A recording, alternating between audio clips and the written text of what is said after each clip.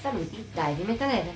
Oggi analizziamo un disco che mescola classicità e modernità in maniera complessa ma al tempo stesso immediata e valida.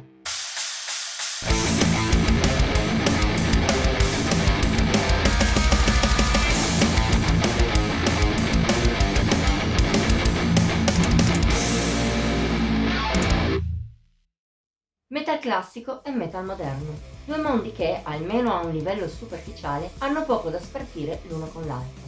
Eppure basta scendere anche solo di poco in profondità per scoprire che unioni tra i due esistono da decenni, in pratica da quando il secondo è nato e poi ha avuto la sua breve fiammata di successo negli anni 90 e nei primi 2000 con new metal e metalcore. Se poi guardiamo gli ultimi anni, le commistioni tra le due correnti si sono moltiplicate in maniera esponenziale. Gli Alma-Irata sono solo uno tra i tanti gruppi che si sono cimentati proprio in questo, e anche con successo.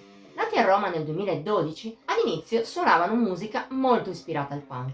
Tuttavia, nel tempo, il loro genere si è evoluto. Pur presentando qualche residuo degli inizi, Pillole di inquietudine sociale, secondo Full Length uscito lo scorso 25 aprile, ha svoltato in fatto di sonorità. Mescola, come detto all'inizio, due mondi diversi. Da una parte ci sono un hard rock che pesca dalle incarnazioni più classiche, come da quelle moderne, e spesso si rinforza in un heavy metal anch'esso piuttosto tradizionale. Dall'altra invece c'è l'alternative metal di oggi. Anch'esso viene declinato a volte in senso più tranquillo, ma più spesso con potenza e rabbia, rasentando a volte persino il groove metal. Il tutto corredato da svariate piccole influenze che vanno dal già citato punk al rock classico. Questo personale mix viene piegato dagli Alma-Irata in canzoni dalla struttura complessa, mai lineare ma in continuo divenire. Eppure, nonostante questo, Pillole di inquietudine sociale è un album immediato, non difficile da ascoltare, merito sia della buona abilità del gruppo nello scrivere riff e passaggi facili da ricordare, sia dei testi. Cantati da Daniele Longo, tutti in italiano, sono una guida preziosa che rendono più facile assorbire le tracce del gruppo, almeno di solito. C'è da dire infatti che non sempre il gruppo romano risulta efficace. Se a livello lirico Pillole di inquietudine sociale è quasi sempre tagliente, questo suo lato diventa a tratti troppo preminente e della musicalità a perdere. Il risultato è un disco che, pur scorrendo bene e risultando di intrattenimento con le sue tante sfaccettature, a tratti non è del tutto memorabile. Per fortuna, i pezzi di livello dal buono a salire sono molto di più di quelli trascurabili.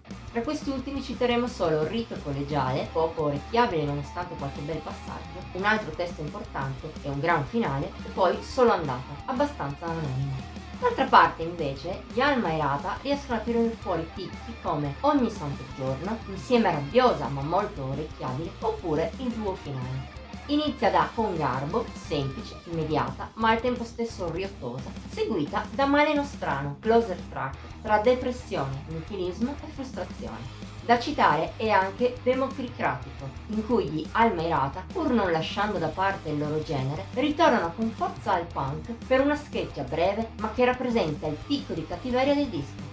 Insomma, con molti più pregi che difetti, Pillole di inquietudine sociale si rivela un ottimo album che sa sia colpire per i suoi testi che intrattenere con la sua musica.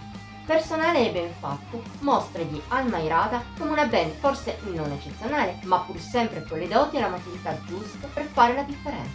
Poi certo, chi è purista del metal classico o chi al contrario lo disprezza, farebbe meglio a evitare questo loro secondo album. Ma se non ti disturbano le commistioni tra tradizione e modernità, allora non possiamo che raccomandarti di concedere almeno una possibilità ai romani. Voto di Heavy Metal Even 84 su 100. Anche per questa settimana è tutto. Ti abbiamo intrigato parlando dei romani?